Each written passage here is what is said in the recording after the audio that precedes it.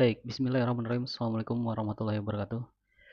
Mengenai estimated cost atau cost estimasi yang kita bisa put di dalam eee, gambar atau tidak. Di Autodesk sendiri, terutama di design and manufacturing atau design and manufacturing solution, itu ada solusinya.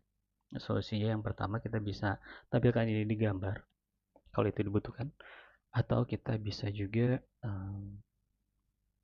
buat itu di BOM. Jadi di sini kita bisa masukkan ya eh, berapa gitu. Katakanlah ini 2000 dan lain sebagainya.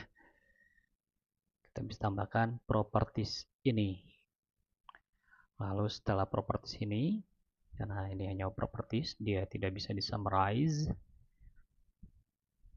Kita bisa masukkan ke, dia akan muncul di, kita bisa buat ya, part list ya di drawing.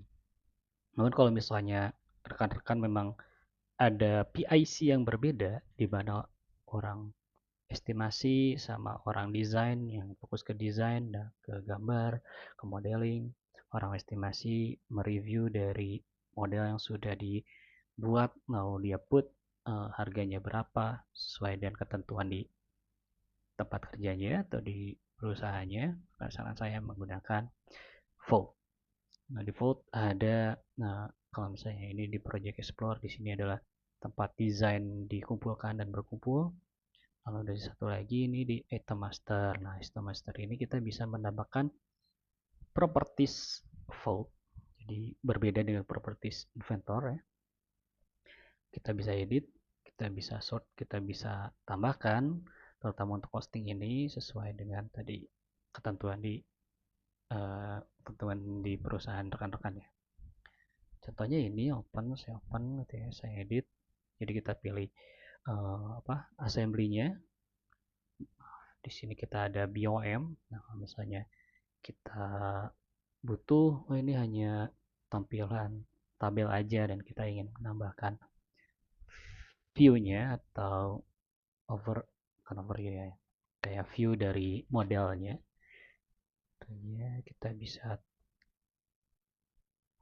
menggunakan namanya thumbnail. Kita bisa move up, lalu kita bisa tambahkan juga, oh ya ini cost-nya, material cost, proses cost ya. Material cost, ada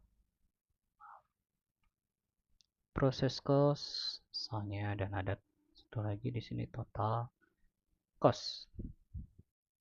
Oke, cost, maka di sini akan muncul tampilannya dan di sini akan muncul juga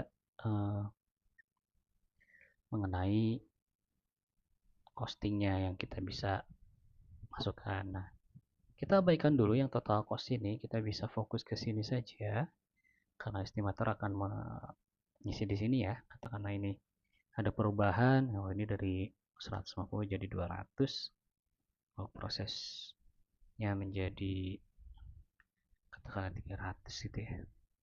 Nah, ini tidak otomatis di summarize, jadi setelah beres save karena ada perubahan ya, total costnya harusnya dirubah. Kita bisa exit mode,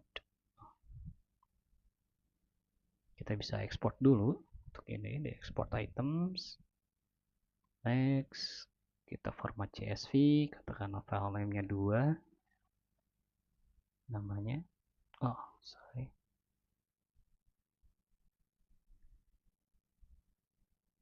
save ya. Kita pilih alamatnya, coba di, nah ini sudah, kita bisa menambahkan hanya kolom number, quantity, net cost, process cost, dan total cost yang di export. Kita klik export, sudah selesai, finish. Lalu hasil exportnya tadi ada di desktop tadi ya, 2 CSV, kita buka saja. Tentunya kita perbaharui di sini sama dengan ini dan ditambah ini, enter, ke bawah. apa gitu ya. Kalau yang di sini adalah langsung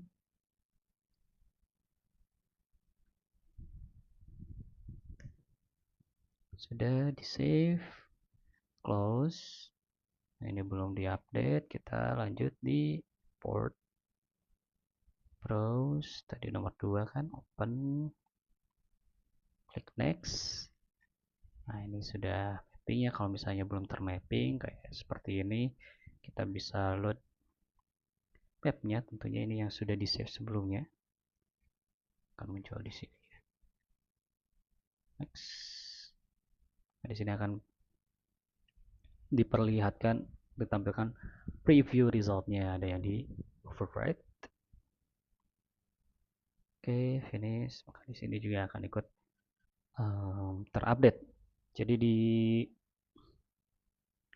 di vote kelebihannya kita bisa mendefine, misalkan pekerjaan sesuai dengan role-nya. Katakan di perusahaan, katakan ada orang yang atau tim yang memang fokus di desain dan satu lagi tim yang fokus di estimasi, dan di estimasi tentunya dia akan fokus dalam item master ini.